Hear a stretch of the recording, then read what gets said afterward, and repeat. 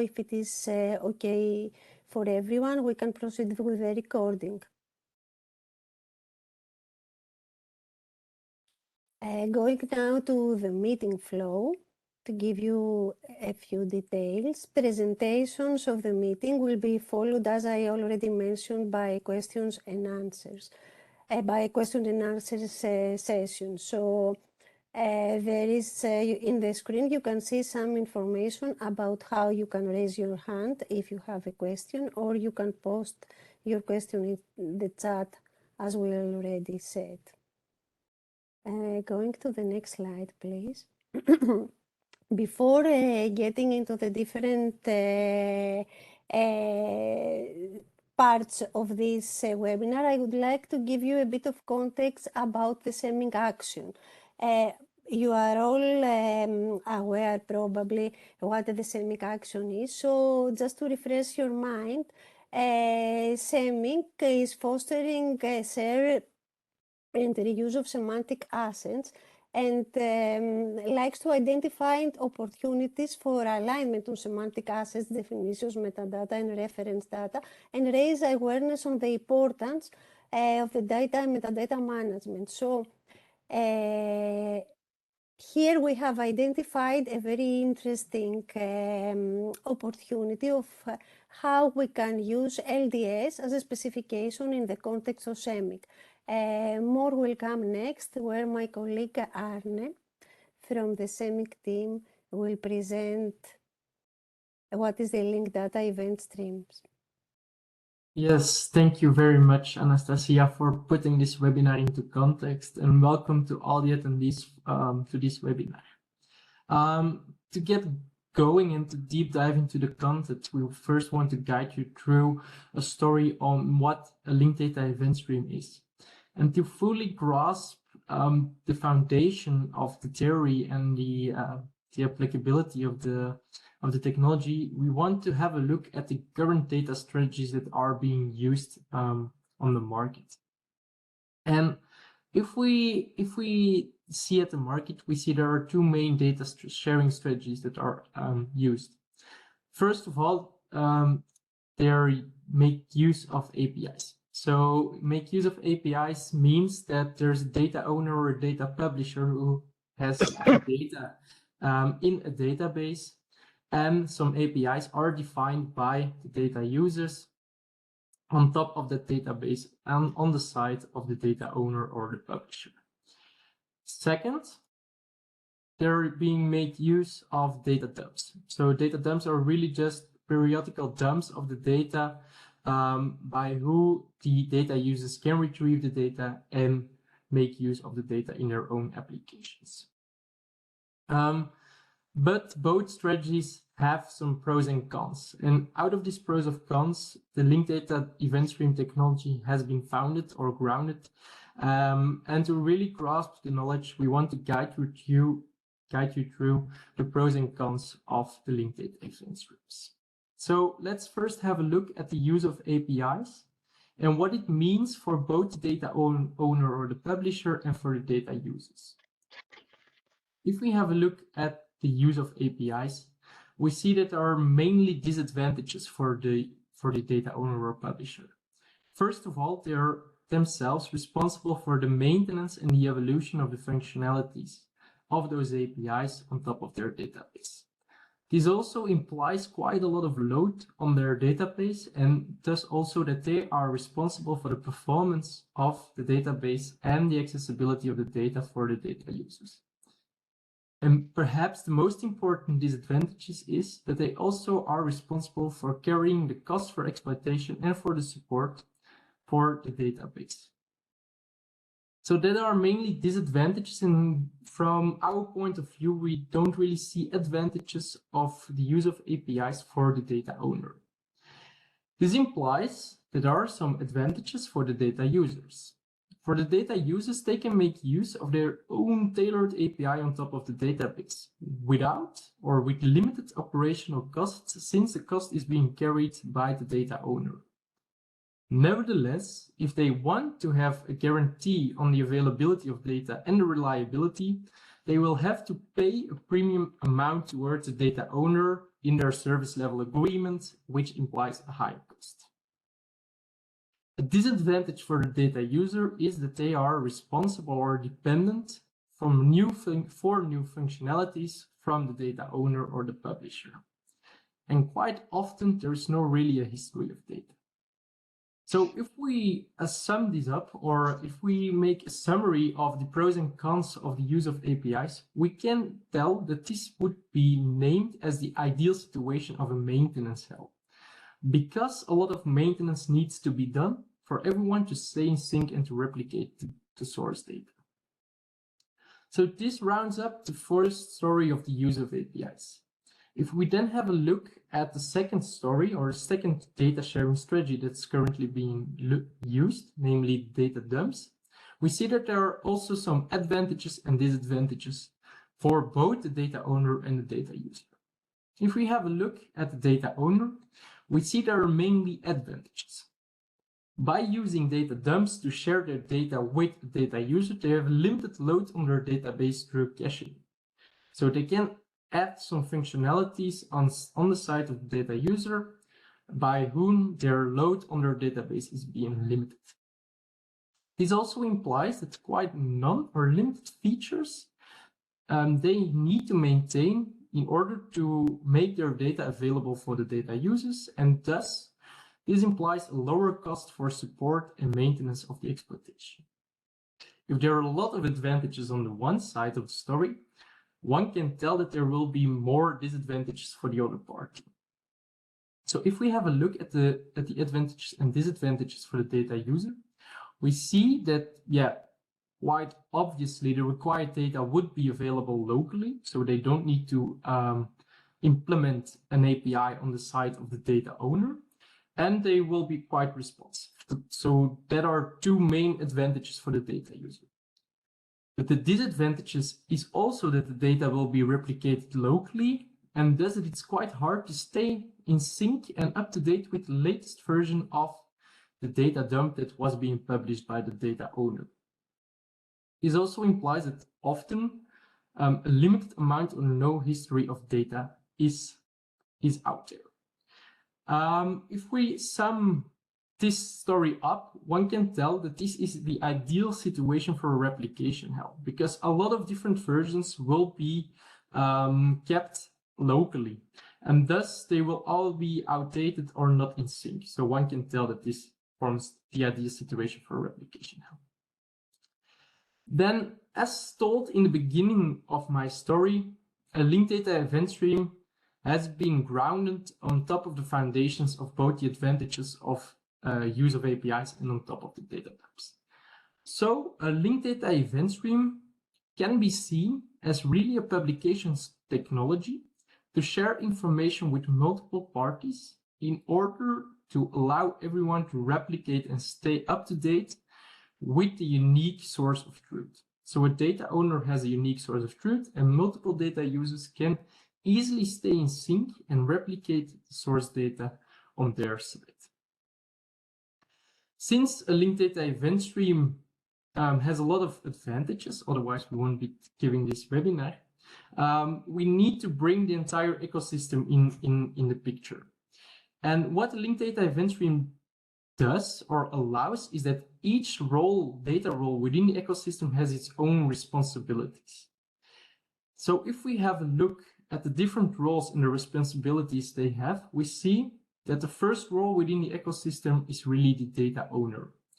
So the data owner is the one who has the changeable data sets by hand. So the data sets can contain really all different kinds of information or data, like Internet of Things data, transaction data, contextual data, user data.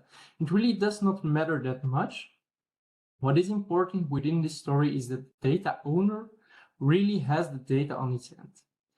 Given the fact that we're talking and making the connection with base registries, the data owner will foremost be the policy service who has the base registries on hand, but my colleague Bert will guide you through that story later on. Then, quite an important role within this ecosystem is the role of a data publisher. The data publisher is the one who defines a minimal API on top of the dataset. So he or she will be responsible for really make a linked data event stream containing a never-ending growing set of objects who forms the stream out of the event. So each time an event happens, it's getting added to the already existing linked data event stream. Second important aspect is that we're talking about linked data fragments. So all the events within the linked data event stream are interconnected with each other in order to ensure that there are linked data event streams. The third role within this ecosystem is the role of the data intermediary. And he or she will be responsible for offering the linked data event stream towards a data user in the end. So they will transform or republish the linked data event stream by offering a linked data event stream client or by offering streaming services like WebSockets, SSE, or Apache Kafka streaming services in order that one can combine, aggregate, filter, or refragmentate the linked data event stream to make it really valuable for the end user.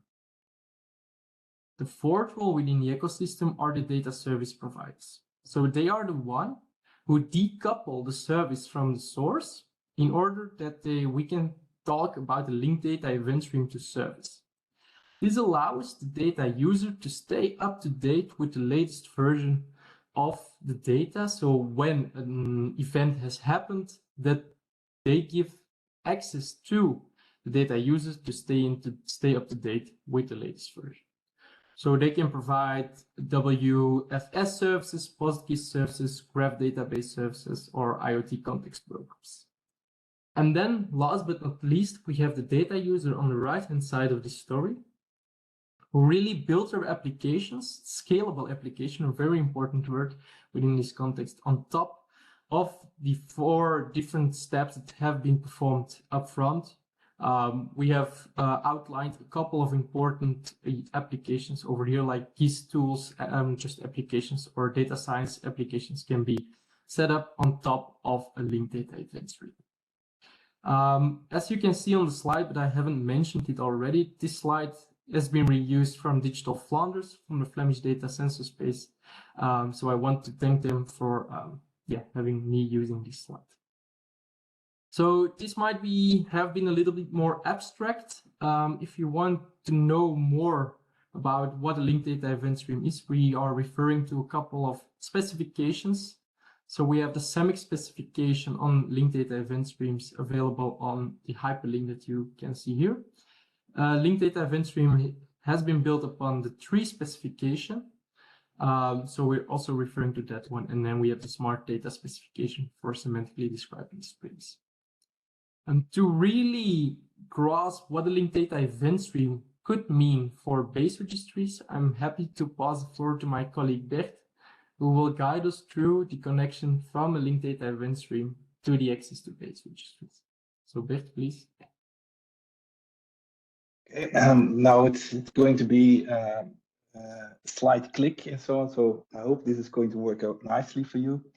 So thank you, Arne. To click next.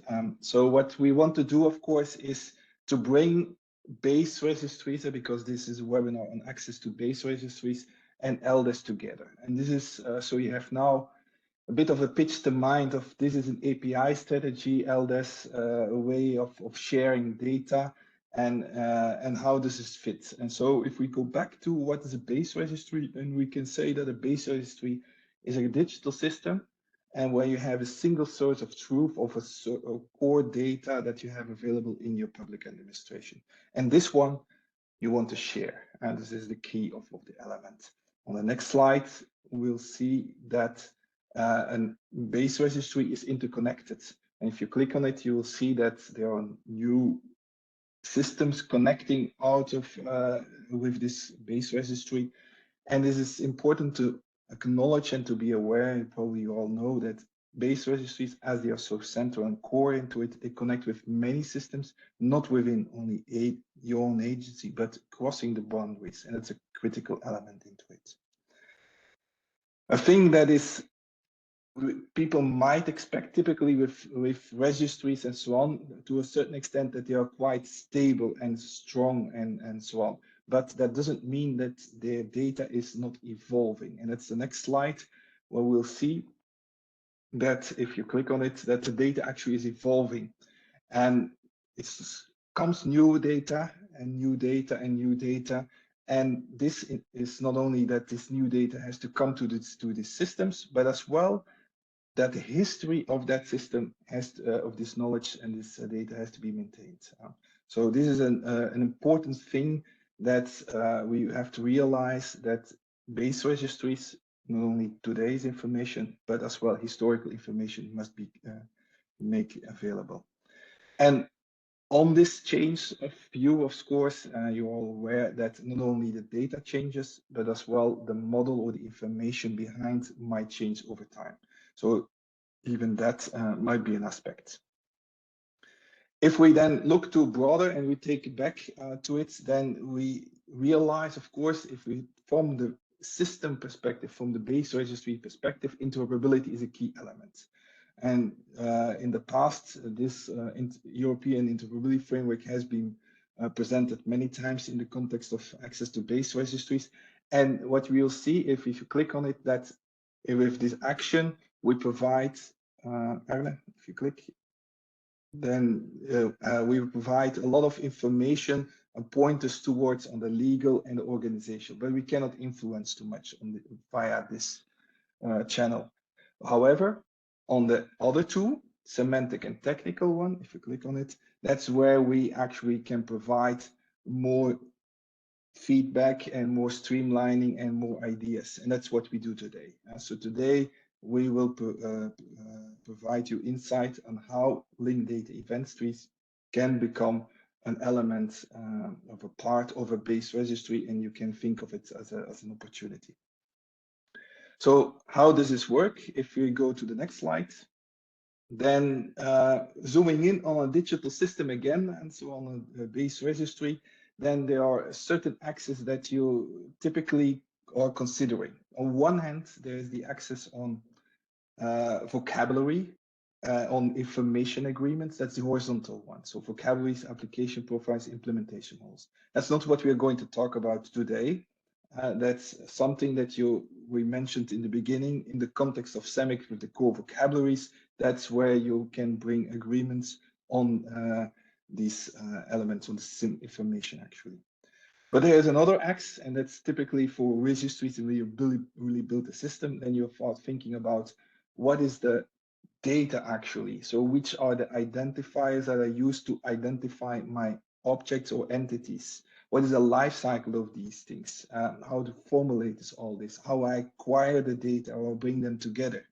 And so this is the green vertical axe. And this is all has to be supported, of course, with a lot of technical agreements. And yeah, there are very tiny ones up to how you formulate or organize a URI, or how you make a JSON API or something like this. So with Swagger and so on, they describe that.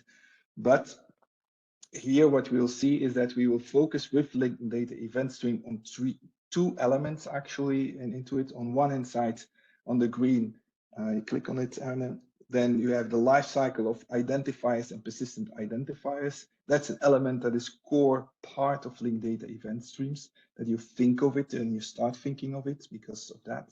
And the other thing is that you get offered a standard way of publishing this thing. So these two are now in scope of the next of the webinar.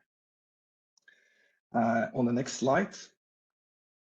So what happens is that if you have your system depicted like here up front, so you think of it and you want to interconnect with systems, a very classical approach is that you reach out to the system and try to find what is the best matching API for that system. And you build upon choices on that, and you do your work and you get it working. And then you do the next thing, and the next data exchange, and the next data exchange. But what we want to promote or to share with you is that with linked data event streams as technology, you can build it up gradually. So if you in the next slide, see on this slide indeed, we push the choice of how the API or how the actual interaction with the system to a later stage. So by deciding that linked data event streams as a core element, as the way to work with, we can think first of all, what are our entities? How is their life cycle? What is the information we're going to share? How this stream of data is coming? So linked data event streams. So we have captured the data in a streaming way that is being described. And then the next phase in the blue layer, that's why this area on the blue is on there. If you click on it, then we can think of how we can share this data in a reusable way, how you can, let's say, navigate to this data in a reusable way. And that's the thing, part of the linked data event stream ecosystem is that you can describe reusable indexes, reusable patterns to search or to find and to browse through this data. And then in the next phase, click, you can decide based on that, those availabilities, what are the query interfaces to build upon, and then you can go click on the next to the systems. And so that's the pattern or the idea that you have to keep in mind in the mindset if you bring it to your from a base registry and a base registry design, how you're going to apply in an ideal way linked data event streams. So if you take that as a core, what you have then is the first phase you can think on these reusable indexes, and then on the query interfaces, what becomes possible, and then go to the systems. And this can grow. So you can grow at the pace at that time of your team that you have available. And it is possible, and it's not necessary that, for instance, the turquoise query interfaces all have to be provided by the data publisher, but can as well be part of an agreement that this is actually by the system that is going to be using it, that is providing and doing something. So this is, many interaction patterns that can become available. So that's what I want to share with you, a sense of mindset. So we had the introduction of Arne, what a linked data event stream and its benefits and the challenges with classical ways, what the idea was behind why to start on this work. And this is then, let's say, how to fit it within the story of setting up a register. Are there any questions regarding this introduction? I see, Enric, you have raised your hand. Yeah, I don't know if this is a question for now, but let me ask it because I have to leave the meeting. Sorry about that. My question would be: have you been exploring the role of LDES in the context of data spaces, if it has any, in your opinion? That's my question. Thank you. In the context of sorry, data spaces. Data spaces. Okay. So not in the context of as such of a data space in the biggest setting, but what you will see that there are in a number of the pilots that come in the next of the presentation, you will see that this is indeed of cross-border and crossing. The pilots are in the cross-border section already. So it means that yes, it works for crossing things, and data spaces are a particular thing about crossing borders. So it is an answer to an aspect of crossing borders. So that, let me put it this way: have you been required by any data space to meet with you and explore what are the synergies between your project and theirs? No, we don't. I don't find Arne or Natasha so far. Maybe I can chip in. We have been looking at data spaces. Also, the one of our main projects in Flanders is called the Smart Data Space. So we are looking at synergies with for example, IDSA, the information models behind that, with Gaia X, but also with my data. And also I see that that there's a question on the authorization model in the chat. So we are looking at synergies with data spaces, as in a data space, for me, the general goal of a data space is to fully automate data integration, so that your data integration costs with another party becomes almost zero. And to that end, I think linked data event streams are a fundamental building block, because that's exactly what they do. They first and foremost say, hey, the event source need to be available so that query processing can happen on the consumer side. But hey, we can also have intermediary fragmentations of that event source, so that we, for example, can speed up geospatial queries or basic graph patterns, or that we can speed up substring search and so on. And I think that will play a very important role in data spaces, next to, of course, data spaces also needing regulatory and contractual automation as well, which is more the case, which is more what Gaia X and IDSA are doing in that sense. I hope to position LDES as the glue between all possible data spaces, so the interoperability layer across all possible thematic data spaces. And this is a position I will also bring tomorrow at the CSSCS conference, or the Smart Cities of the Open and Agile Smart Cities conference that's currently also ongoing in Brussels. Okay, thank you.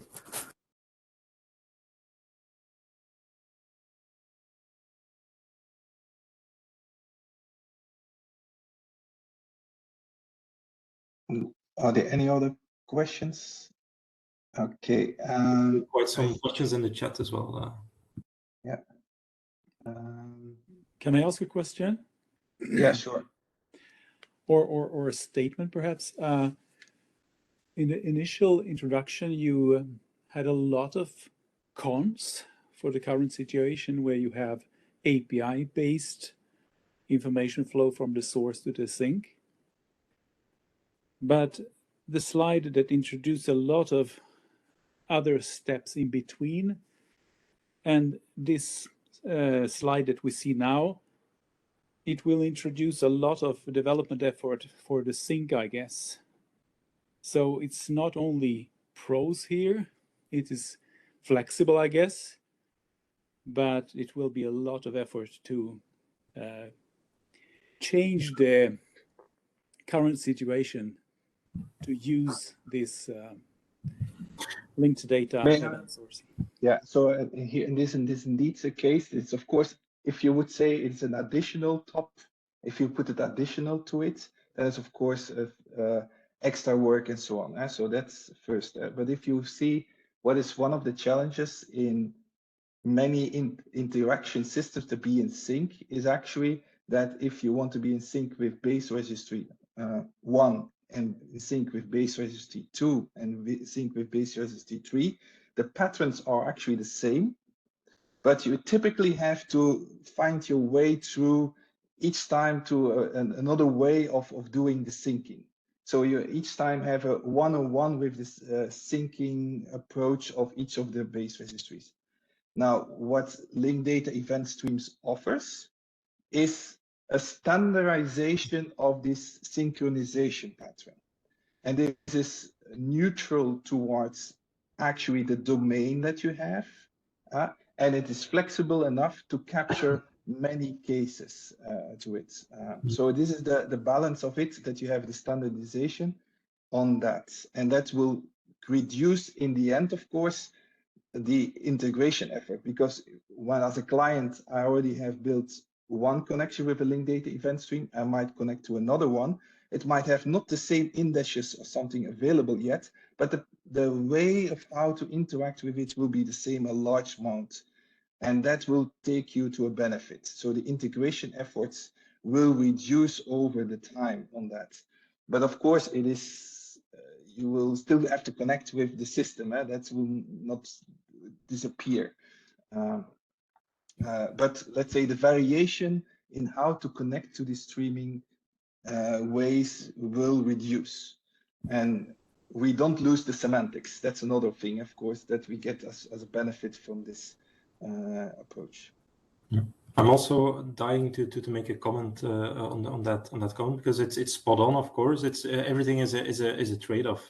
We are introducing a little bit more complexity here, but at the benefit of course certain other parameters. For example, evolvability is an important one. Today, if you set up a querying API on the as a data source, it's almost impossible to later on turn that API off, because you're going to hurt someone's business, because someone has relies on that API, and you're not going to be able to turn it off. That's what Arne called the maintainability hell, because all of that legacy software, all of these legacy APIs need to be maintained online.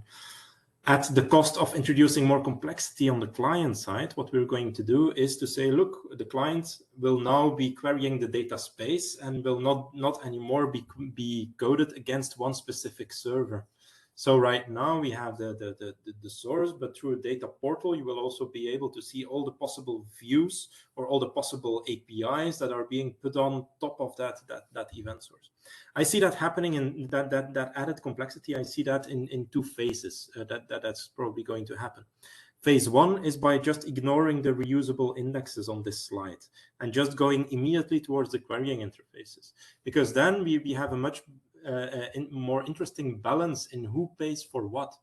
If the data publisher can just publish a linked data event stream and just only care about replication and synchronization, then also a consumer can just set up exactly the API they want. They don't have to ask it anymore to the data publisher to say, I want a Spark endpoint, or no, I want a web feature service, or no, I want a specific auto-completion API, or I want yet another API that adheres to a certain JSON schema. But we won't have these discussions anymore, because the consumer can set up exactly the API they want on their own infrastructure. And that's something I intend. I think will happen first. We will set up Elasticsearch systems, Spark endpoints, and so on. But I don't think that's the end goal, because if we go only towards that, that means that if you want to query the entire data space, that means that we would have to copy the entire data space to our own machines from the moment that we want to query it. So that's where I see a role for fragmentations, and that's where I think in the rest of the presentation we will see some interesting applications or demonstrations of that. Going back to the chat, if I may, Bert, because Bert said LDES is indeed an alternative to linked data-based APIs. I wouldn't even see it as an alternative, but even really as something complementary. Why? Because you can set up any kind of API on top of the linked data event stream. So any kind of linked data API you can create. It's a basic thing that we need to agree upon, is that the ideal API doesn't exist. The best API possible doesn't exist. Why? Because it depends on the end user needs, on the consumer needs. And consumers are always going to have very varying needs, which are potentially infinite, and we cannot satisfy infinite needs. So that's where I think, hey, we just need to, in first place, prioritize and see what we want to stimulate in the data space, what we want to stimulate regarding certain queries, and that's where the rest of the presentation is going to be an added value, I think, in order to understand that point.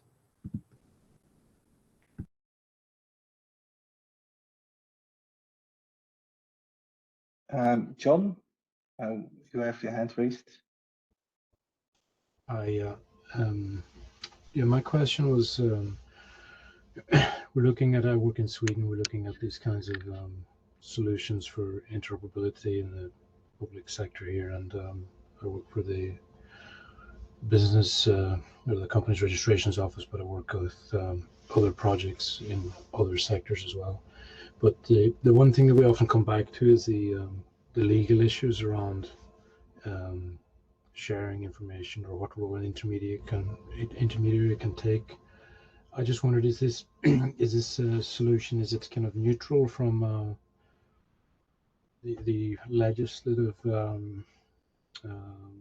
prerequisites, or is it? Are there any benefits there? Does it make things easier, or do you still have the same complexities as far as legal issues with sharing data? I think mostly it will be neutral to it, and it will not make any stance or let's say information that you by some legal regulations cannot share or can share. That is not what LDES is not providing you an handle to it. Though, and that's one element, what it might be an influence on it is that because of thinking in an LDES approach and a way of thinking, you think of the history as well. And typically, considering that there are some legislation on the history, on to how long to maintain, what to do with it, etc. And that is part of the ecosystem of linked data event streams, of that thinking that you can express, for instance, a retention policy, etc. So this might be on the verge on that, but not on the pure, you're allowed to share it with this party or not. That's independent of it. Yeah, what I was mainly thinking about is on the intermediaries that where we've seen issues is that you, in intermediary and the kind of solutions we've been looking at, either needs to not retain the data but just be like a broker that moves the data over and back, or if it's retained, that they somehow need to build a kind of a legal solution where they create a data store, but that the base registry owner still retains ownership of the data, even if it's centralized somewhere else. So I was thinking that maybe the intermediate part still becomes quite complicated unless we're talking about open data or something where there are no such issues. But thanks for, we don't need to take more time on that. Thanks for your answer. Okay, no problem. And if do we have, I see that there's a lot of on open source. Okay, this year. I don't know if that's similar. Okay, so in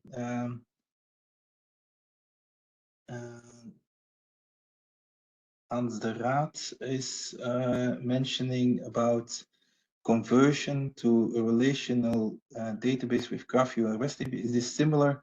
What you're looking here, is that to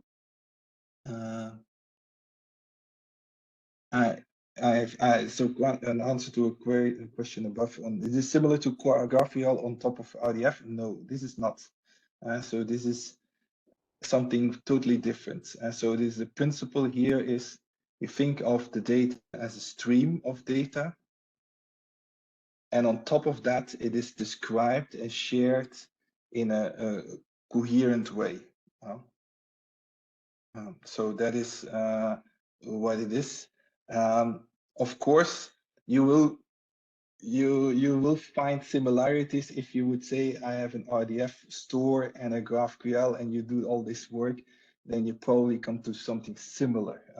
But that's here it is fundamental that you have this notion of this stream of data that is actually going to be shared as a stable piece of information to the users. Thank you for answering that. Although my question wasn't exactly on GraphQL and RDF, that was a concern from Mantas. My question was more about what is the role for the data intermediary, and especially how from, I mean, I get it from a probably technical perspective. My question is more practical and organizational. Being a private company, we actually are in fact performing that role within our own Open Data Connected initiative. But that's a voluntary role that we're taking. And at the moment, we're looking into adding use cases, value propositions with both data publishers as well as data consumers. But the role of the intermediary is crucial because it actually, what we're doing with those disparate data sets that are now available is we convert them, we harmonize them, we clean them up, and then we publish them through a relational database, through a REST API and a GraphQL interface. And this is kind of a bit of community plumbing that we're delivering, if you will, but that is strictly voluntarily. Within this initiative that you're talking about, which I'm truly interested in, are there any, let's say economical or at the very least compensational aspects regarding the role of the data intermediary, and how would that work? Maybe that's a question outside of the scope of this workshop. I'm just curious. It's a fabulous question. I love it. Can I take that one? Yeah, no problem, Peter. Yes. Okay. I love to think about about more sustainability models. I call them, not necessarily business models, but also if you set up a certain interface on the web, of course, you want to keep them online sustainably, and you want to also that if someone builds against it, that you can still say in 10 years, hey, that interface that will still be online and your app will still be able to work. Because today most of the web platforms work against a business model in which they have to get that much revenue in order to be able to make a thing still work. It's also what I often call that very visible on the web today is the European project syndrome. Like you know these fancy web tools that disappear just after the moment the European project stops and is not really archivable, because it depends on very dynamic server functionality. But from the moment the European project is gone, the servers are turned off, and all the added value there is gone.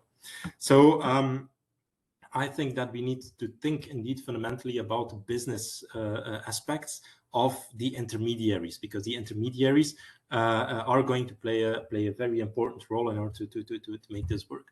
And I think that we can already see evidence of intermediaries that come into play today. For example, I don't know if you know Open Corporates, which is like a database, a company that creates a database of all the companies worldwide, and they try to create one data set and build APIs on top of that. In essence, what that kind of business model is doing, because they sell them their API access somehow, what that business model is doing is first doing manual data integration, which is quite expensive for them, and then selling some products on top of that data integration. And they have a first mover advantage because they invested a lot in that data integration. Now with Linked Data Event Stream, that data integration is going to become way cheaper. So also the revenue model for that will also not need that much revenue in order for that model to run. So I think we will see a lot more of these intermediaries, and we will be able to make their APIs on top of that way more evolvable as well. So they can say like, right now we see a lot of need for these kind of things. So I will quickly make these APIs available, so I can maybe sell access to these kind of APIs through a subscription. Or I could also choose, and this is also, for example, in the Netherlands, there's a very nice initiative I find with het Termennetwerk, the network of terms across all the museum and cultural heritage institutions, where they collaborate on one intermediary that says, hey, I'm going to make also a GraphQL API. They also built on top of that, and an auto-completion service, so that if you're looking for Vincent van Gogh, that you would just be able to auto-complete that term, and that is paid for by taxpayers' money. Or I think it's also a co-financed thing together with these museums. So I think that also data consumers could come together in a collective. And so this is then like not really a for-profit business model, but more like making sure that together with our consumers that we build a collective, so that we pay together for a certain amount of queries that we would be able to answer across that data space. So I think Linked Data Event Streams will open will open the options that we will have towards sustainability models on top of open data and other kind of data sets. Yeah, thank you for answering that. That indeed fits also what we're doing with our Open Data Connected initiative. So maybe you want to take a look and have a conversation outside of this chat, which I'm already happy at following at 4:51 a.m. Here in California. Okay, a question from Diogo. Perhaps the last question before the break, Bert. Hi, can you hear me? Yeah. So my question was somehow following your answer, Peter, of the sustainability and linked data. That is obviously is good, everything to be digitized, but this also has a cost in terms of energy and of production of energy, and we are in a climate crisis. How can we match the two? So all these digitalization processes and the climate actions that we need to do. Yeah, because for me, what will happen right now is that everyone does the same processing over and over again on their own machines. So what we are now proposing is saying like, look, we want these intermediaries to come to exist so that we can do this kind of processing of that data only once for everyone who uses that that server. So we will, I think, and if you zoom out, we will save. We will do things once only, and therefore we will save a lot of processing costs there. To complement on this once only, this is maybe it's already mentioned in my introduction, is that if you want to publish and go to linked data event streams, you have to think over the life cycle of your elements and of the persistency of these elements.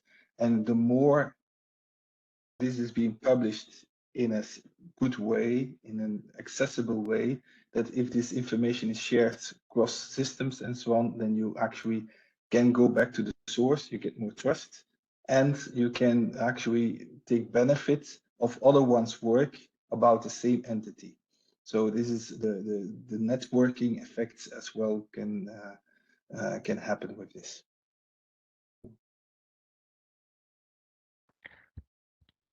You mean that that this can also generate new solutions for the problems that we have, this networking effect? Is that it? Yeah, yeah, indeed. That the thing is that if your data is being published, like if I take the example that of the data dumps, and it's each time it's processed in new identifiers and so on, and you copy those, you cannot combine the two together. Although the same data is available, you have to do then look again and to reprocess it and doing so. By linked data event streams, because of linked data, so now taking that aspect out of it, you think in identifiers, persistent identifiers. If you take that into your account, then this can create actually multiple distributed reusers, but still connected with each other. And you can take benefit of each other computing power or results that have been created. Thank you. Okay, I see there's still some questions on the chat that we'll try to answer them during the break on the chat. Arne, is it good? Yeah. And then after at 2 o'clock, so in 5 minutes, we'll start with actual presentations showing the linked data event streams in action. That's what we want to do. Thanks. Thank you for your questions. Don't hesitate if you have some, still reach out through the chat and so on, or grab a coffee.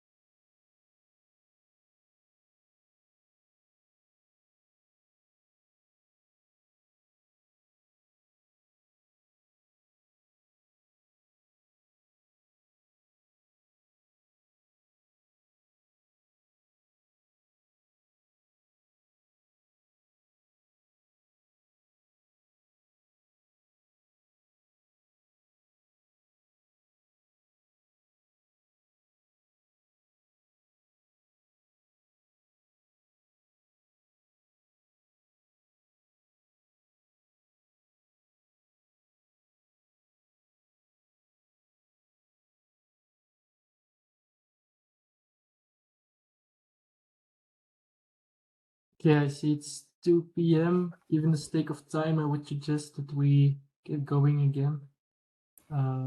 So I pass the floor to Anastasia, who will introduce our next speaker. Thank you, Arne. So our next speaker is Julian from IMEC, and he's going to talk about a few use cases related to the LDES solution. To start with is a use case on the address-based registries. And the floor is yours, Julian. Thank you, Anastasia and Arne. Good afternoon, everybody. Thank you for joining us today. So I will talk about briefly on a couple of use cases we've been developing from IMEC side in collaboration with Interoperable Europe, using LDES as a solution for exchanging data in the case of base registries. In this case, I will focus on address-based registries, which is one of the most common type of base registry that you can find across countries and across, in this case, European member states. So address data, to paint a little bit of a context, it's quite fundamental for many business use cases. So you have postal services, food delivery, share mobility, and so on. They require reliable and high quality and up-to-date, very important, up-to-date access to address data. This data, it's for each business, they have to deal with the process of getting access to it from some source. Ideally, this source should be an authoritative source so that they are going to provide services. For example, in the case of postal services, it's very important that they know exactly what are the current official addresses so they can deliver their packages.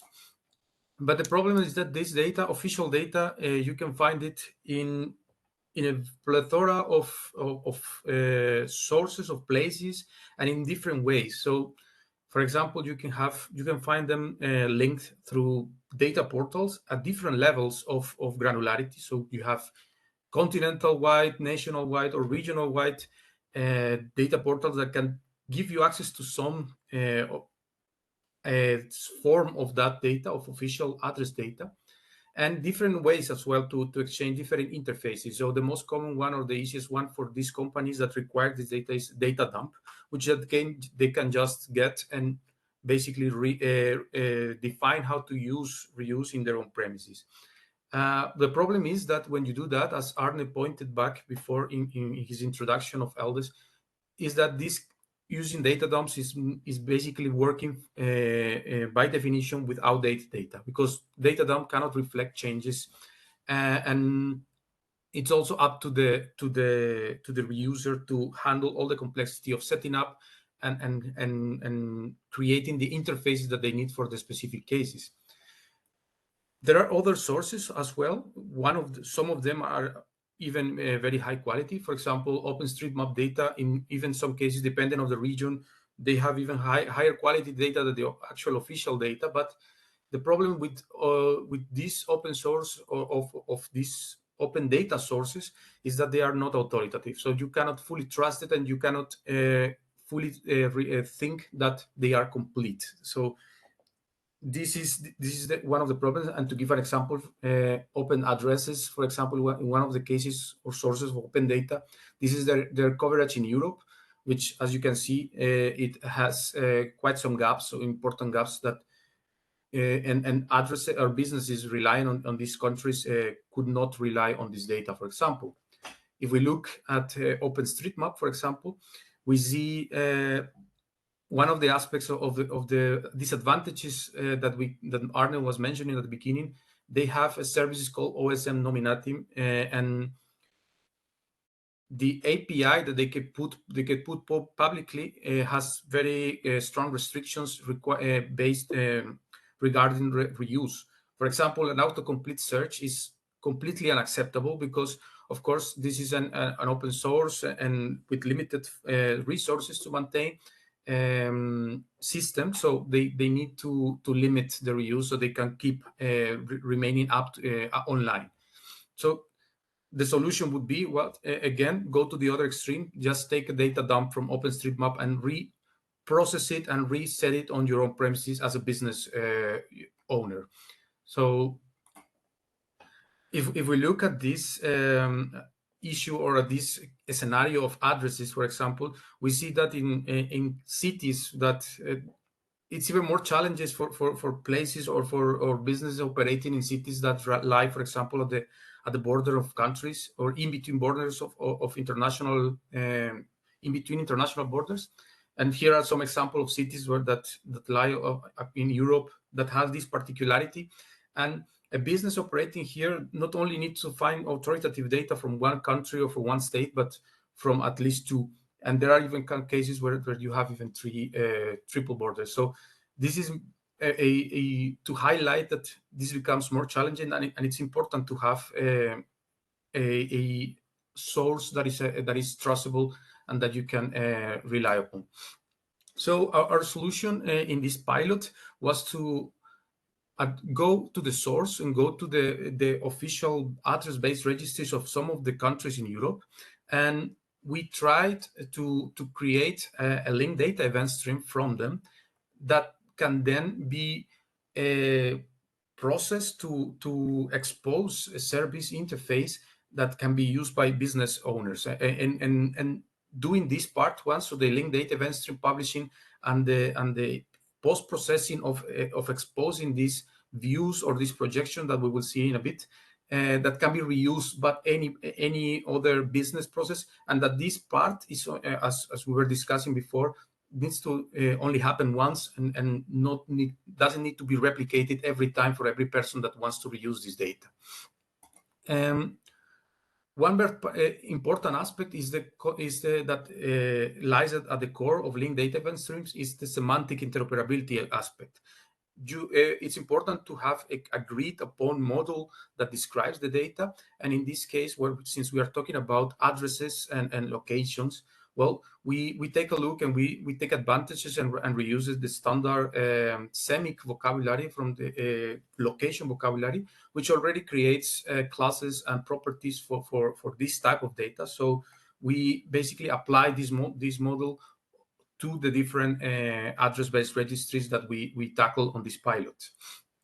As for creating the specific interfaces or the reusable indexes that will trigger or that will allow to support text search, in this case, looking up for addresses across base registries, then what we do, and without going in too much into the technical detail, is to process the linked data event stream, which is continuously being updated based on the changes that will happen on the original sources, and to project and to create a view, which is basically an index, a tree index for text search that can be consulted and queried on the fly by different applications at any moment. And this traversing and this consulting of this data happens on the consumer side. It's not being done by the owner of or the maintainers of the official address-based registries. So that cost, it's transfer per query to everyone that needs to execute it. Concretely, we applied or we applied this technique or the LDES. We published an LDES from 3 member states in this case, so 3 official address-based registries. It's important to highlight here that we are not directly connected to the databases that hold these base registries. So because this is a pilot, we just start from a data dump from a recent data dump from these member states. So we cannot really show the real-time changes that might happen in these data sources, but it's just a pilot to showcase how this can be made possible. And basically what we would have for the architecture of this pilot could be seen like this. And then we will have a user-side application that can actually do a federated query text search over all of these base registries at once, or even select the ones that they need. So this is how this picture fits on the image that Arne was painted at the beginning, of the different roles that can be played when creating an ecosystem. And this is also, I want to touch upon here, towards thinking about data spaces architecture. where you have data sources on the data owners, and then you have the publishing and the exchange part being done possibly by other actors, not necessarily data owner, but that enable this exchange of data or this query of data among services or users. In this particular pilot, we don't provide any service interface, so but it doesn't mean that it can be done. For example, we can fully expose a WFS interface by synchronizing with the linked data event stream of each of these base registries. Although in this case we just we didn't need it, so we stopped until and the reusable index creation, and we allow the clients to directly query that interface. So I will show quickly a live demo on this service that we created. So this is just a web page that contains the logic to traverse these reusable indexes. And here I have, we can select any of these or a combination of any of these address-based registries projections, and I can just do text auto-completion on top of it, and it's happening, the text auto-completion is happening on my site, reading from the, ultimately from the LDES. Each of these addresses, for example, this is an address in Belgium, and I used to live here, so that's why I put Ter Platen. That was used to be my street in Ghent. But I can also add, for example, in the Netherlands, if I want to now search for addresses there. Now, yeah, any street called Amsterdam. Apparently, we have also Amsterdam streets in Belgium. But if I go further, yeah, this is an address somewhere in the Netherlands, in Heerlen, apparently. And as you can see, the URIs of the actual addresses are they are linked data. So I can even open this data and this URI, and it will take me to the official Cadastre website about describing this particular address.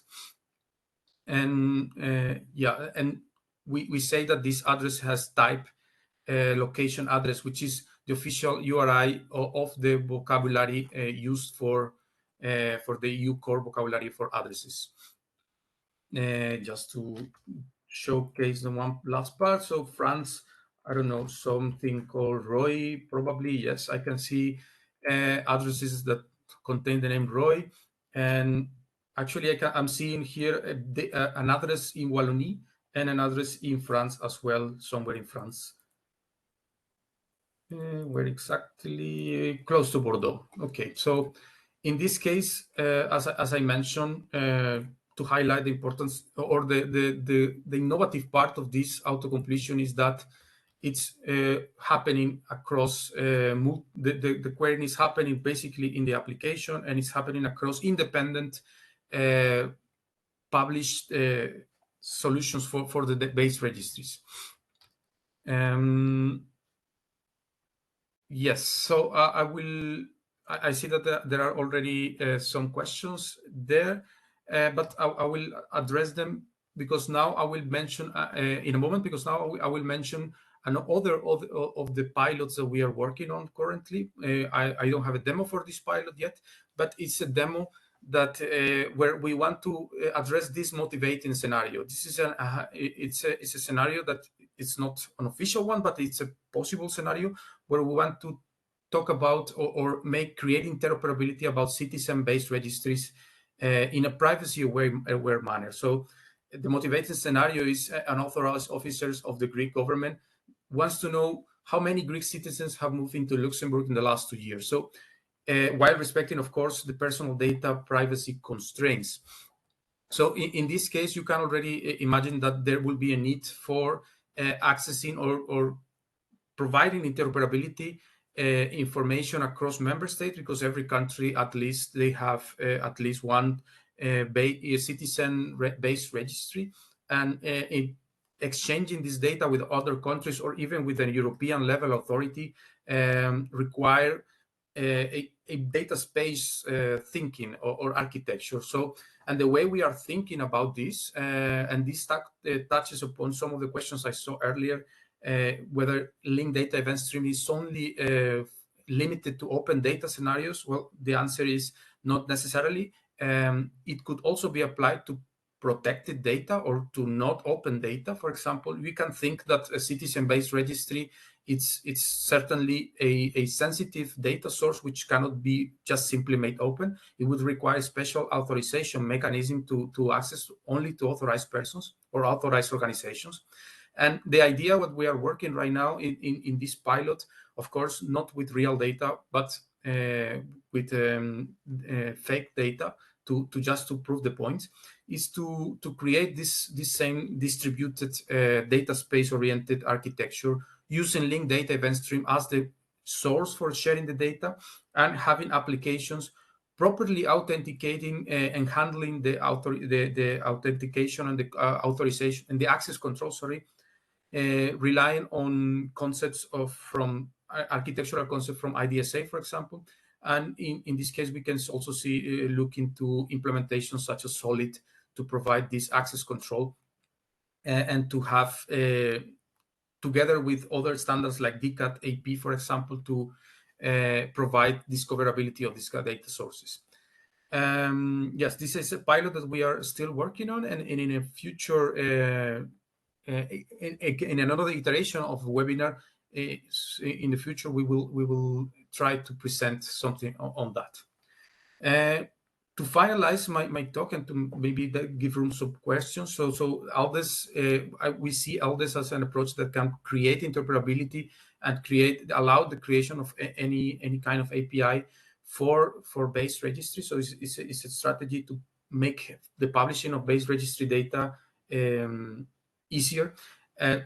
Reuse, synchronization, and interoperability are the core considerations of LDES, and it's compatible with the data space architectures to create interoperability. And of course, we are exploring the how can we bring the secure and access exchange to address also these very important aspects of data space architectures, not only limited to open data.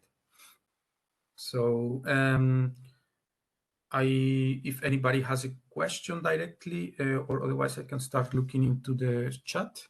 Yeah, Koyan, there's one question, and that's about the indices. So there's a challenge how you maintain the indices, what our data publishers have to do, and so on. And so can you explain a bit more on this maintenance on that and how this works? Because that would be good. Yes. So in this case, because it's a pilot, we are the ones doing all the roles. So all the roles that you can see here, we are the ones fulfilling, doing everything. But in practice, what could happen is that we can, of course, the data owner or unauthorized end party by the data owner would need to allow the connection of the original data source to expose this linked data event stream. And the modules that can allow us to create these indexes and to keep them up to date, it's something that we have created for different projects. For example, in the Flemish sensor data space, we have already modules that we just can plug in front of a linked data event stream, and that can produce these indexes. And as it was discussed before and also mentioned by Bert, this is completely agnostic or completely neutral on the domain, as the linked data event stream doesn't tie to any type of vocabulary or any type of domain-specific data. We can just have any kind of data with these modules, and they can produce these indexes, and you basically have a pipeline of data flowing and keeping up to date these modules, and that's what we aim to create. So reusable modules that you can plug in and to produce these things, and of course all open source. Yeah, and so to go short quickly on that, and then I give the word to Matthias. So the idea is that if there's a new entity coming on the linked data event stream, for instance, a new address by France. So what has happened then, if normally, can you explain on that? So what happens then, just to walk it through?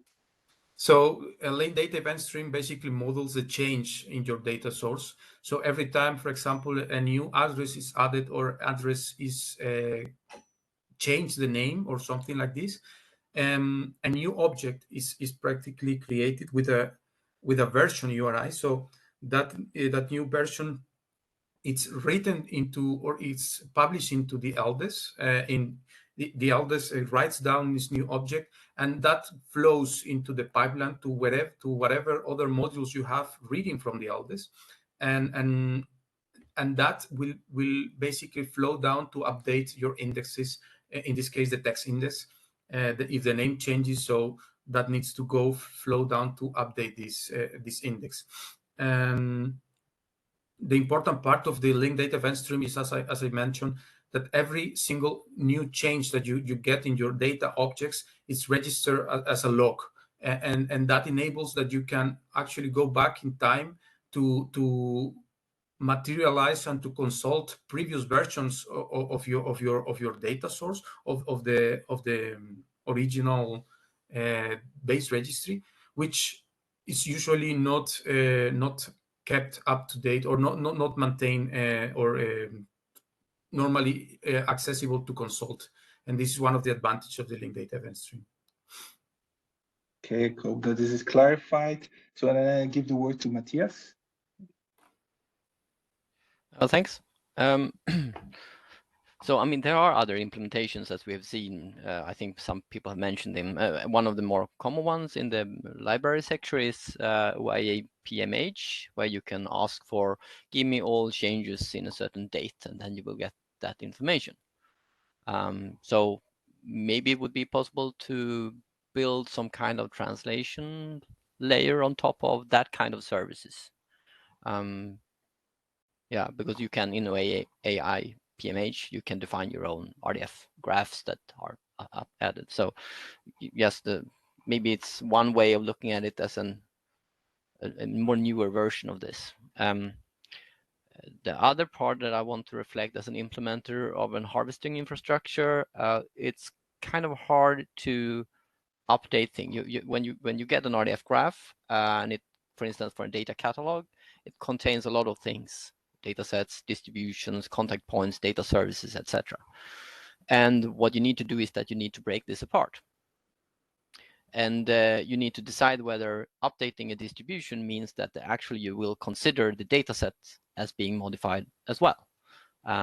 So of course, we can just look at this from a pure linked data perspective, and maybe someone has defined all things that are objects. But I'm saying that part of the problem that you need to have here is that you need to define what are independent objects that cause independent events in the linked data event stream. Correctly. So that is indeed correct. So that's a challenge that every base registry or every registry has to make for what is the version object that you're going to mention and put on the stream, and what are the boundaries.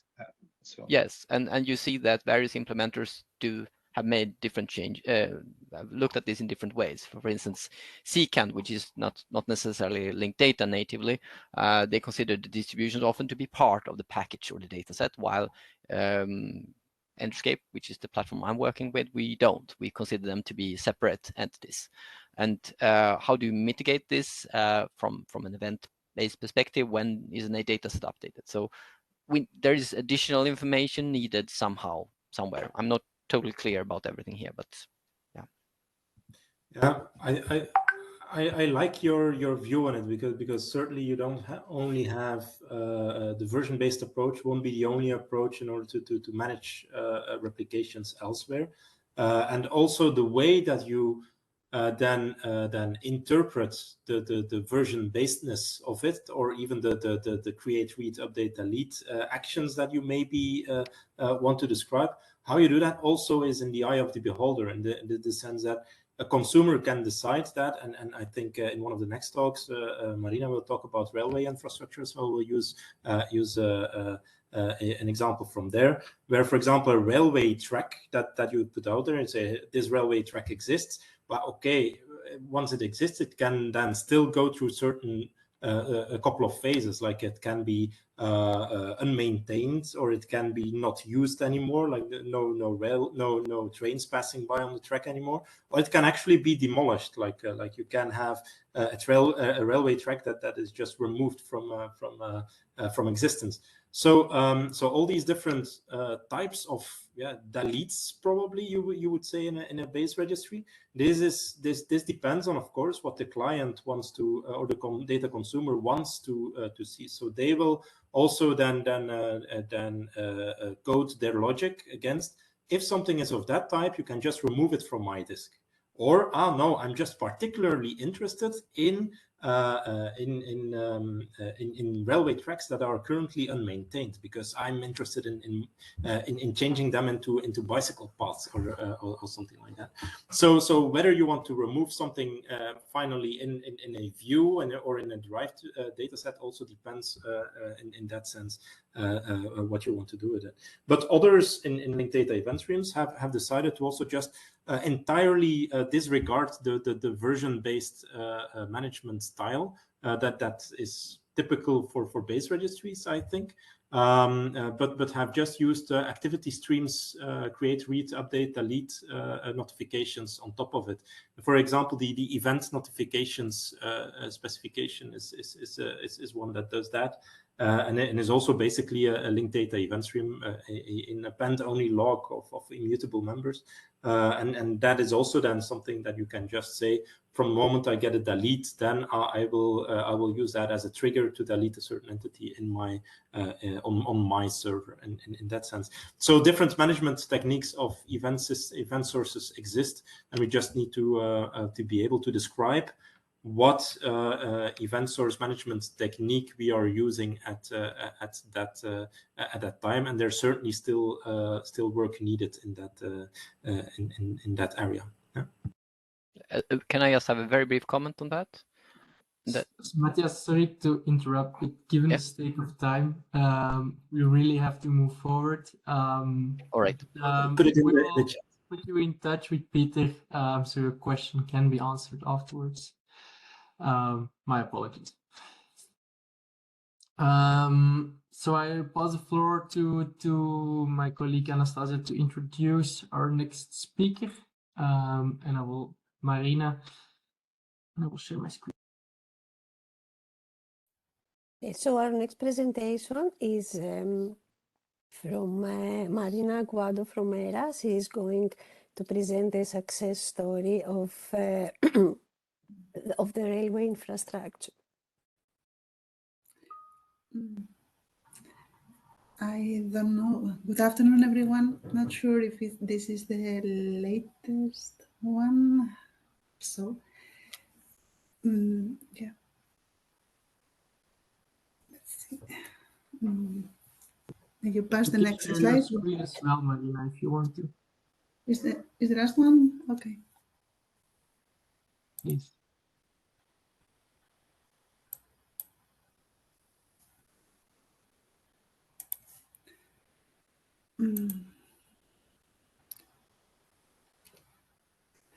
Oh, sorry.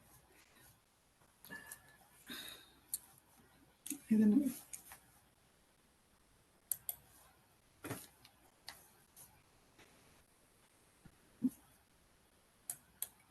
So, sorry. Well, I don't know. It's the same. I keep in the same slide. Anastasia, if you can put the slides.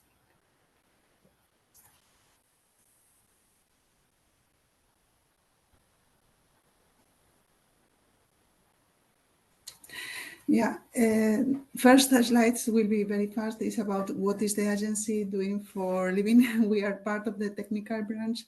Our parent DG is DG Move.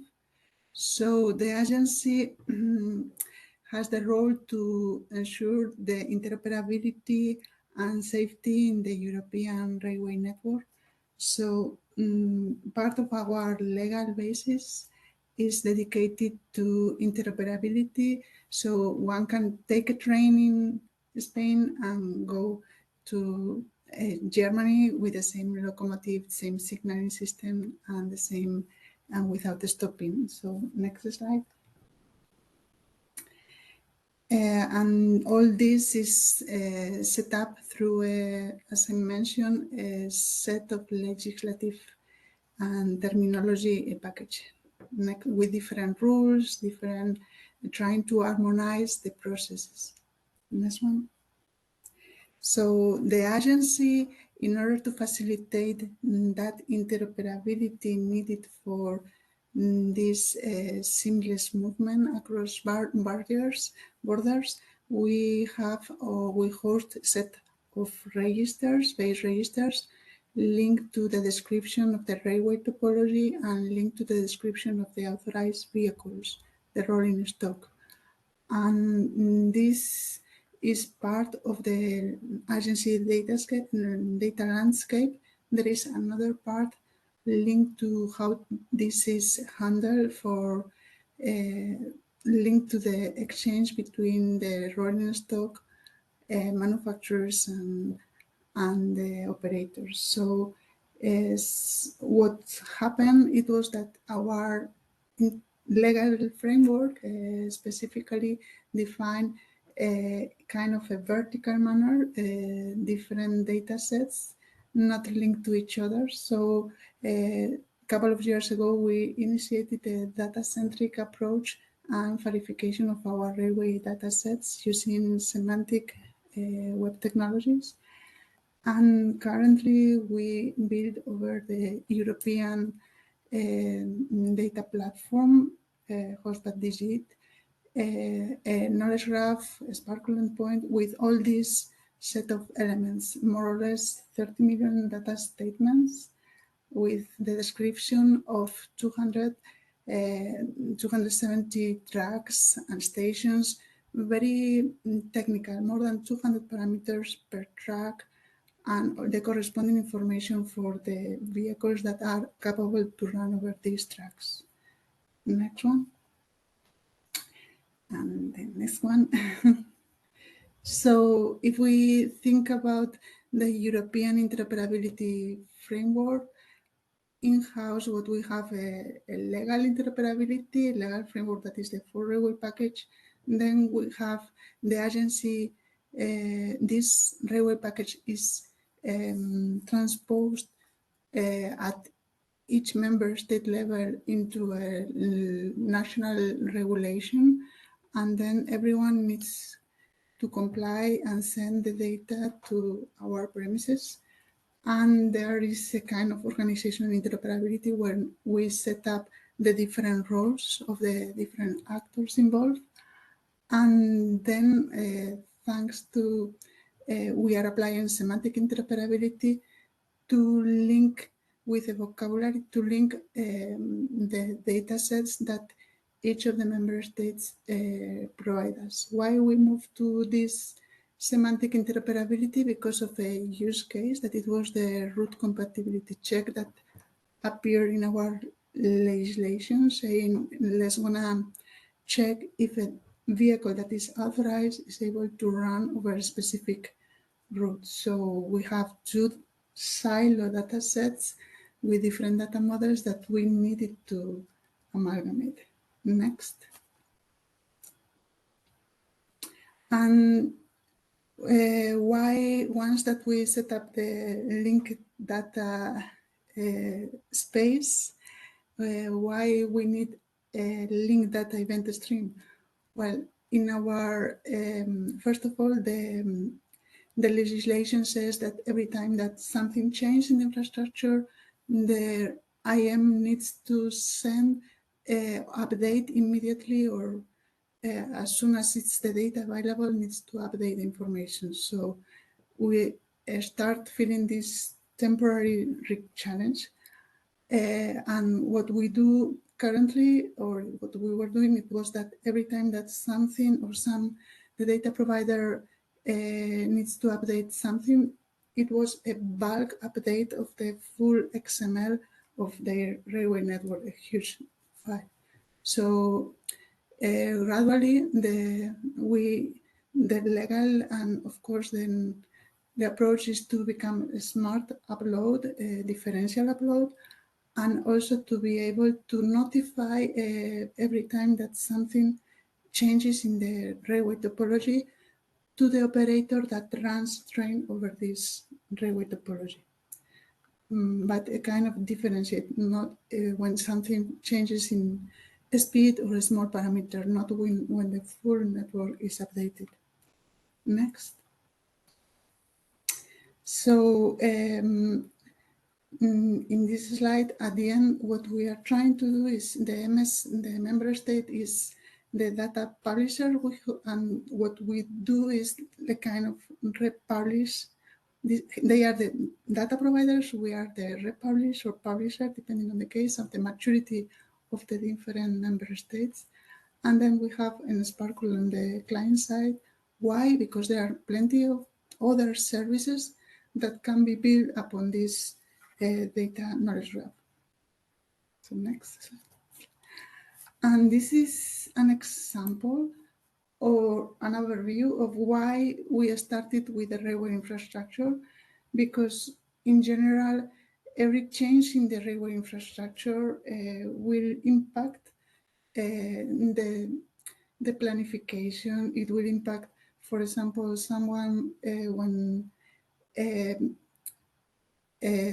temporary restriction impacts in the line needs to be modified because it will, and reported because it will impact the capacity of the full entire network, because there are plenty of connected service over it. For example, the other slide, in the next slide, it says the capacity allocation scheme. Why? Because apart from the railway infrastructure, you also set up a set of services linked to request of path allocation, and operator asks for a specific path, and so on. So next one, here we will go about we trigger a pilot with the idea of timestamp every piece of information, every triple. Our goals were that we were able to return, to keep the historic data available, accessible for reuse. Also, we wanted to remove the need for manual data backups. And as I mentioned before, we needed also the alert system base because it was requested in the legal basis. But it's not only, if you go previous one. So at the end, it was also a mean to avoid that someone updates improperly and we need to return to old versions of the data. So also to improve the data quality provision. And next one. The pilot architecture is described in this slide. We take the XML source because there is the RIF has an API that provides information about the file. And then this XML is transformed through a mapping process, an RML mapping process into an RDF. And then the RDF is serialized into the RINF LDES. And we are using an a MongoDB time database. And then there is a part later on from the Virtuoso taking a client LDs, but this is already RDF, right? And so let's say that the population of the RINF LDS is through JSON LD, and the consumption of the latest version and synchronization with the latest version of the data goes through a client LDS towards the knowledge graph in Virtuoso. I'm sure Julian can explain much better. Next slide. And now, once that we tested, we have the plan to have this in production, because and we will work this in the next 12 months. And the goal is to, as I mentioned, to enrich with the data elements at the source with metadata from DCT and PROF and historic changes, and enable differential and more performant data provision as we have today. So that's the goal. And the next slide. This is, as I mentioned, is the use case that we covered is to expand the use case, not only the infrastructure alert service that we tested in the pilot. We also would like to have the possibility to time travel it back or forward in the dataset provision. That's the kind of restore functionality. And also we would like to timestamp some of the certificates that we export when a vehicle is when it's checked the compatibility of a vehicle over a specific route, because we need to say that on that day the route was like that, the infrastructure was as such, and then that vehicle was authorized to travel on that line. And this is the 3 use cases and the outcomes expected. Well, we plan to have LDES standard as a complementary alternative for publishing, together also with the SPARQL endpoint, of course. And then we have the LDES also will provide us some input for quality check. And with this, I conclude my presentation. I would like to mention that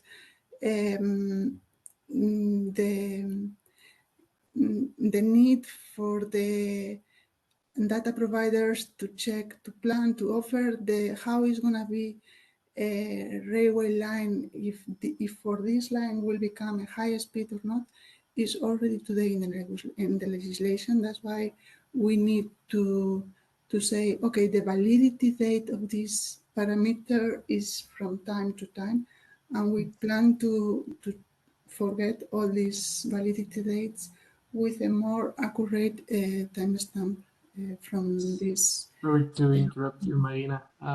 First of all, thanks a lot for your presentation. Very interesting to see how a linked data event stream is being used in a real life setting. So thanks a lot for that. Given the sake of time, let's hold back questions for now. And I'm happy to pass the floor to Mark van Andel from the Cadastre from the Netherlands, to provide us insights in a second real life use case. So Mark, please, the floor is yours. Yes, thank you, Anna. Thank you for having me. And well, as you probably have seen in the comments, I'm quite an event-sourced enthusiast. So, but first, colleagues of mine have presented the LDES application on base registry before, explicitly the topographical objects. Next slide, please, Anna. And at that point, we were thinking about how to update the base registry and using LDES there as well. And now we are upgrading, let's say, to the next level by using an event-sourced system for publishing events and updating the actual let's say base registry, which is the base of the objects we are publishing. And event sourcing is quite a paradigm shift in my experience. So I would like to take up a little time to introduce event sourcing, although it's being used quite often already in this webinar. I still think there's something missing in the earlier presentations. The next slide, Arne.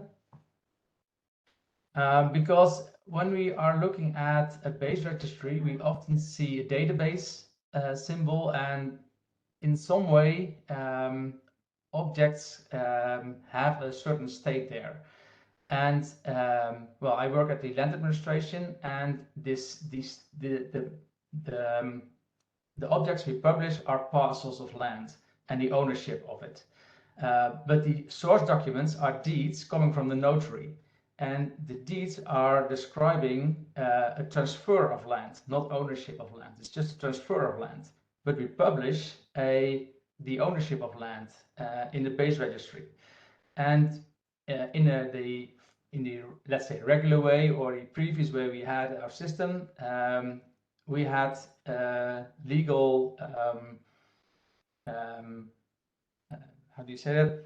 Legal colleagues processing the deeds into the base registry. In an event-sourced way, you respect the source document as structured data, you model it, and that's what we actually did. We built a vocabulary for the commands, which is stating the transfer of from one person to the other person, and then events are describing the actual changes in the base registry. And of course, we need the final base registry. But once you have all the changes describing the changes for each object, you can also have multiple projections. And I think this is a more rich model, which I can talk for hours, but I won't do that for now. It's just well, let's go to the next slide. Because in our, let's say about 8 years ago, we had this system where we had a database of the deeds, and we had a database with the current situation, let's say the base registry. And next slide. And then we developed an event-sourced system where we designed the legal transactions from the deed, and where we had software calculating the legal effects or results in the base registry, and another piece of software applying those changes to the actual base registry. So the yellow bars are software components, and the middle orange parts are the events in the system. Now, next slide. As stated earlier, that there's the main strategy for publishing base registries is an API. Well, at least for our base registry, for land administration, that's the case. And often this is a quite simple model for at least customers.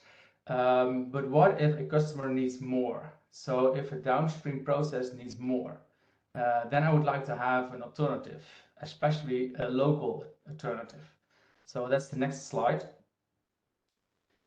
So what if this is not a copy from the base registry, from the actual base registry, but it's a built-up copy based on the events we are internally using to build up the registry. It would even be more powerful if this would be a piece of software which is open source and can be used by the customer downstream. Next slide. So this is the proof of concept we've been doing. Can we use the events from this event-source system, which is based in the XML format? Can we transform that to JSON, to linked data JSON LD? Can we store this in a triple store and publish this as an LDES service? So that's part of the producer or data owner side. And then secondly, have not a real, but mimic a client subscribing to the LDES, transforming the events to the state and store that as a linked data event stream. So this is the setup of the steps we in our thinking on which we built this proof of concept. And well, that worked. So we had it was lots of scripts just running and mimicking all the actual services, but it is based on actual events from a test data with test data. The data from on the publishing side was in a triply database. We have a triply solution at Cadastre. We built a client which was running somewhere else and publishing into a different triple store, so we can really prove that the whole schedule, the whole flow is working. So what were our findings and conclusions? Next slide. Well, hooray! LDES for updates, for publishing updates from an event source system that works. Although we also found out that the LDES specification is not designed for event sourcing, at least not yet. It's designed for publishing versions of base registry objects, and the optimized event sourcing patterns are not in place yet, at least. And what are we missing then? Now, rich filtering based on aggregates, let's say a geographical area, or maybe parts of the all business objects which are event sourced. That would be nice and helpful to have in a specification as well. So what's next? Well, we proved that it's possible, but we also need to find out more specific ways for the event sourcing patterns and ways. So that was what I would like to present. Thank you for your attention, and maybe there's no time for questions, I think. Thanks a lot, Mark, for this. We still have room for 2 questions. I saw some comments in chat from Peter Koopart, so perhaps you want to react. Yeah, well, I love the presentation. I think it's spot on. As I said, right now we have the more simple model of version-based things as a default within LDES, but we certainly need to look into better ways of supporting event sourcing in use cases. However, I still put it out there. Like if you say the spec is not designed for event sourcing, which I don't know whether it's the right formulation there, because how much of the actual event sourcing pattern do we need to add in the main specification of LDES? As you said yourself, you designed a business vocabulary for the events.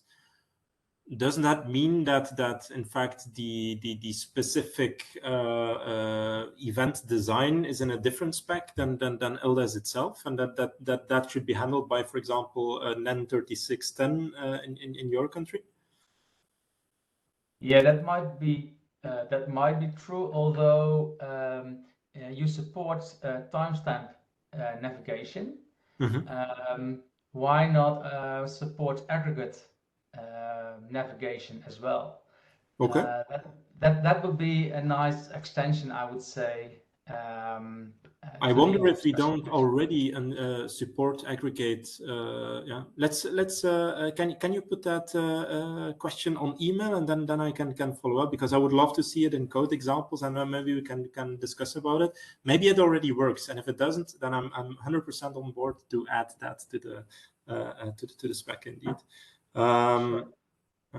Then indeed, yeah, on the rich filtering on LDES, well, I would also argue that, like, but you can already make any kind of tree relation yourself. Like you can say greater than, lower than, or less than a certain value, for example. So you can already do quite a lot. So I wonder what exactly you mean with filtering there. Thanks for the question, Peter. The question took a little bit more time than I expected, so I'm sorry that there is no more room for another question, but please, if you have any questions for Mike and Marina, just pop them in chat and they can be answered over there. So there's one final part of this presentation, as always, the wrap up and next steps. And for that, I'm happy to pass the floor to Anastasia. Yeah, so let's wrap up this webinar. So up to now, we tried to highlight the business value of LDES and showcase some use cases and success story implementation based on the reaction and your feedback. I suppose that you are interested in LDES, so we want to have more events related to it. So what comes next? We will have a follow-up webinar, a second webinar, which will be on ABR. We want to communicate what is the status of the data catalog application profile for base registries and have a review on it. Further, there will be more implementation on the ERA pilot and other pilots to come from the LDES community, like the pilot on marine data in Europe and the Internet of Water in Flanders. So at this point, I would really like to ask you to complete an EU survey that we have created. The link will be added in the chat. So please just dedicate 1 or 2 minutes of your time. It's a short survey and give us feedback related to LDES. If you have more questions or there are other pending discussions, we can take it offline. You can communicate and send your emails to my colleague Arne, and we will all try to assist you and address your requests or questions. Thank you very much for joining the webinar. I hope you enjoyed it, and we hope to see you soon in our next webinar in the upcoming months. And also a big thank you to all the presenters that participated in this webinar. Thank you very much. Thank you very much. Have a nice afternoon.